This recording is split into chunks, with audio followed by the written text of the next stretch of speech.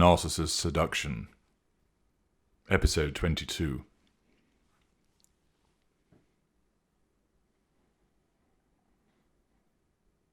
It was November, and with the arrival of the penultimate month of the year, the temperature had plunged and Wynne had driven through frost-kissed roads on his way home. He had heard further from Ashleigh late on Friday night. They exchanged texts for quite a while as she had taken the two children shopping, leaving Peter by the swimming pool. Her messages had been a combination of calling Peter names and declaring her desire to be with Ian. Ian Wynne was at home and was watching a football match on television as he ate his dinner. His phone chimed and he looked across. He never left his phone far from himself these days, in case it was Ashleigh sending a message that needed a quick response before she had to go again, swapping the SIM cards to maintain the covert nature of their communication. The light on his phone flashed red, and he felt dejected as he opened the message. "Hi, just landed after holiday. Glad to be back. Kid's been ill. Hope all okay. AJH. Kiss." It was from Ashleigh, but had been sent on her work BlackBerry rather than her iPhone. The formal nature of the message suggested it was being sent between friends, and no doubt she was driving or sat next to Peter as he drove, and therefore her text was open to scrutiny. "Hi, good to hear from you. Maybe a catch-up soon. Kiss." "Yes, we'll be in touch. Kiss." She had at least let him know that they had landed safely. He smiled. He would at least see her tomorrow. How he had missed those lips and the light in her eyes, that engaging smile, and of course the urgent ministrations of her fingers and mouth about his body. He was also relieved that matters had remained intact, notwithstanding the unwilling separation. He welcomed returning to their routine, which actually felt far from routine, with its excitement and freshness. Later that night, as he lay dozing, Wynne's phone had chimed again. He looked at the phone and saw it was flashing the gold light. He reached for it and noticed that it was just past midnight. He opened the message. "Jesus Christ, I am never going away from you again. Kiss, kiss, kiss." He smiled, warmth flooding his body at the sight of her message. "Don't worry, I won't let you. Kiss, kiss, kiss." He sent the message and lay cradling the phone, looking at the screen in case another message came through. It did not, and he drifted into sleep, the phone still held close to him. The next day, Wynne was in his office. There had been a light fall of snow, and the city looked crisp and clean, the unyielding grey sky above, threatening further snowfall. He was spinning from side to side in his large chair as he spoke with Ashleigh. She had texted him just after 8 a.m. that morning, asking him to call. As ever, he had obliged, and he spoke to her as she was returning from the pharmacy. She had explained that both the children were ill, so she had to stay at home and give Sarah a hand in looking after the children today, so she would not be able to see him. He was disappointed, but he understood. He tried to hide his frustration, knowing it wasn't anybody's fault, but he was eager to see her again. He had tried to ascertain whether she might be able to leave the house just for half an hour. He had volunteered to drive down to her village and see her nearby. She had explained that she was sorely tempted, but she couldn't leave Sarah on her own, as both children were not well at all. Instead, she had ensconced herself in the study and called him on her landline. He had not recognized the number when it came up on his telephone, but he made a note to save it to his directory once the call had been completed.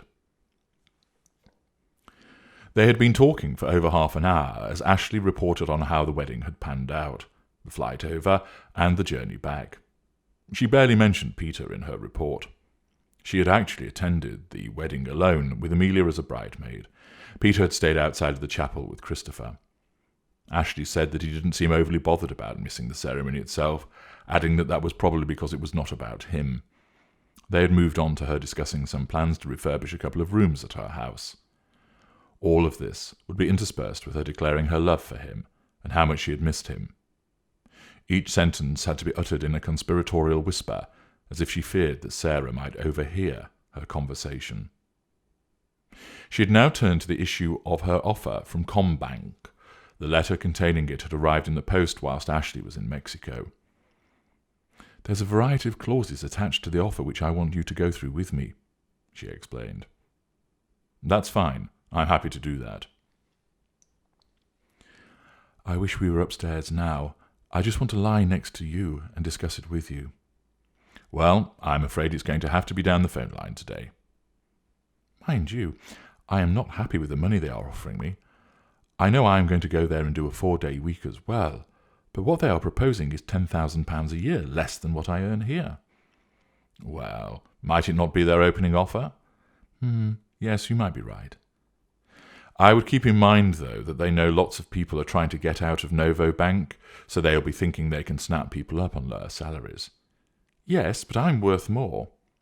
"Not when there's an exodus of bankers from Novo Bank." "Huh, I'm better than this lot."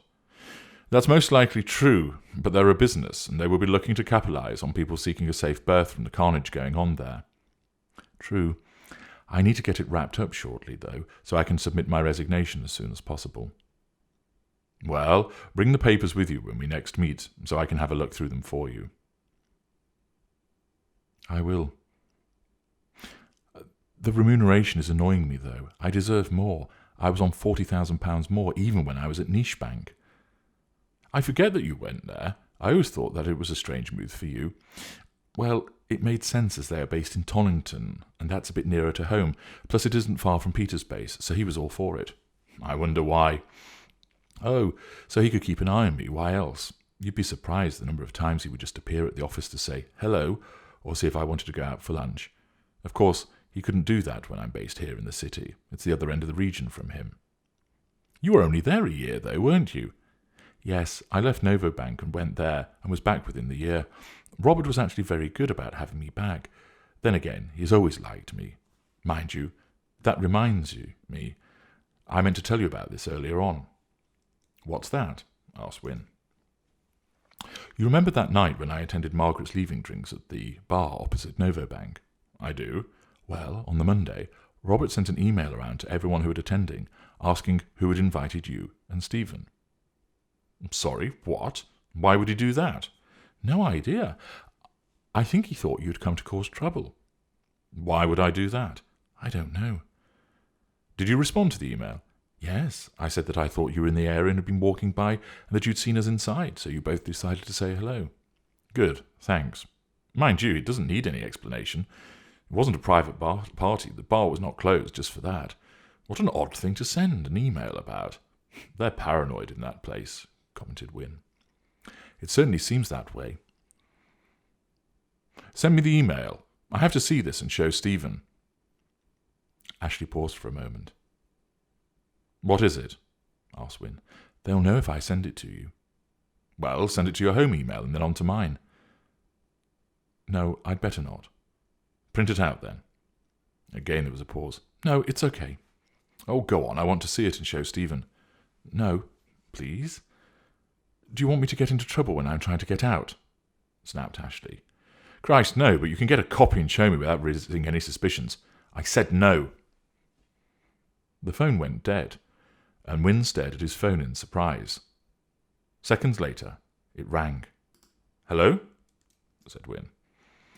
"Sorry, I'm tired," said Ashleigh. "That's okay. It's not important." "I know they are dickheads. I just don't want to attract any attention, plus Robert has been good to me." "He has looked after you. You worked for him at Commerce Bank as well, didn't you?" "Yes. When he went to Novo Bank, he said he would bring me across, and he did. I think I upset him when I went to Niche Bank, but he understood. Amelia was only little, and it reduced the commute time for me. There's less traffic in Tonington, even though it's maybe only 10 miles closer than the city." "Why did you leave Niche Bank, then?" "The recession hit, and they wanted me to take a pay cut of 50%. I said no thank you and headed back to Novo Bank." "That seems fair enough." "So what do you think I should do about the money, then? I really thought they would offer me more. I am entitled to a larger amount, surely." "You'll just have to ask them, won't you?" "You're right. I'll ring Seb up and tell him I deserve more. I wouldn't quite go about it that way. You need to frame it in a way that is linked to showing how you can benefit them, make them feel that they are getting real talent, and with that there is of course a price. What do you mean, feel that they're getting real talent? I am real talent, said Ashleigh indignantly. Yes, of course you are. I meant they need to know that. Oh, right. How much more do you think I should ask for? I was thinking £50,000. Wynne paused. That's quite a leap, seeing as they're offering you £10,000 less to start with. Yes, but if I start high, they'll probably give me, say, £30,000, so I'll be £20,000 up on what I am at Novobank. Well, you can try. I don't know the people at Combank, at least not the decision-makers, admitted Wynne. I wish you'd speak to them for me. You're so good at this kind of thing. Well, then you'd have to pay my fee, he laughed. Charming. You should be doing it for love, not money. Ah, yes, of course. I'm serious. This is important to me. Calm down. It's not as if I can represent you, is it? I wish you would. I hate doing this, but I need to get out of Novobank. It's a sinking ship. It is looking that way. Ever since these arseholes took over the management of the place, it's gone to pot. You know why they let you go early from Novobank, don't you? I assumed it was because they wanted me to get me off the wage bill. Well, in part that, but it was because you looked so happy when you knew you were going that you became a walking advertisement for leaving. Oh, and the fact that you've been there for 16 years and were regarded as one of the old guard. Well, I did stay longer than a lot of them, but I can only see that place going one way. Down. It's a tragedy, but that's what happens when you let the egomaniacs take control. That's true. Wynne heard a door open, and Ashleigh spoke away from the phone to somebody. That was Sarah. Amelia wants me. Fair enough, you'd better go then. I don't want to. I want to talk to you all day. Well, much as I'd like that too, I do have a job to do. When can we see one another? How about we meet tomorrow? It depends on how the kids are. They aren't good at all. I'm sorry to hear that. Yes, if bloody Peter would take a day off, I could go to work and see you afterwards. But oh no, it's always me that has to. God forbid that Peter had to take some time off work. You'd better go and see Amelia, offered Wynne, as he sensed another anti-Peter diatribe, and he had work to do, preparing for a meeting. He didn't have time to sustain another rant about her husband. Yes, okay, keep in touch. Of course I will. Bye. Bye. Wynne looked at his watch. They'd been speaking for 90 minutes. His phone rang again. It was Ashleigh once more, but this time from her mobile. Hello? Hi, it's just me. I'm at the top of the stairs. She's okay. Sorted her out. Good, said Wynne. He said nothing, waiting for Ashleigh to explain why she'd called once again. I just had to hear your voice again. I've missed speaking with you so much. Thank you, answered Wynne. Can't you just work and put me on hands-free so it would be as if I'm in the room? Wynne laughed. I'm not sure the clients will approve of that, as I have a meeting in 5 minutes. His meeting was actually in an hour, but he needed to prepare, and he didn't have time for further conversation with Ashleigh, not at this moment. Oh, okay. Well, I suppose I'd better leave you to it. I just wanted to ask you to suggest a good divorce solicitor. I need to get things moving. Crikey. Right, yes. What's wrong? Nothing's wrong. I just didn't expect you to say that. Well, Christmas is on the horizon, and I would like a decree absolute as my main gift, she said firmly. Okay, leave that with me. I'll have a think. Excellent, bye. Bye.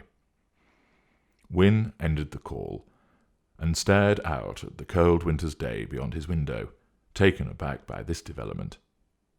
She now wanted a divorce. It was starting to happen.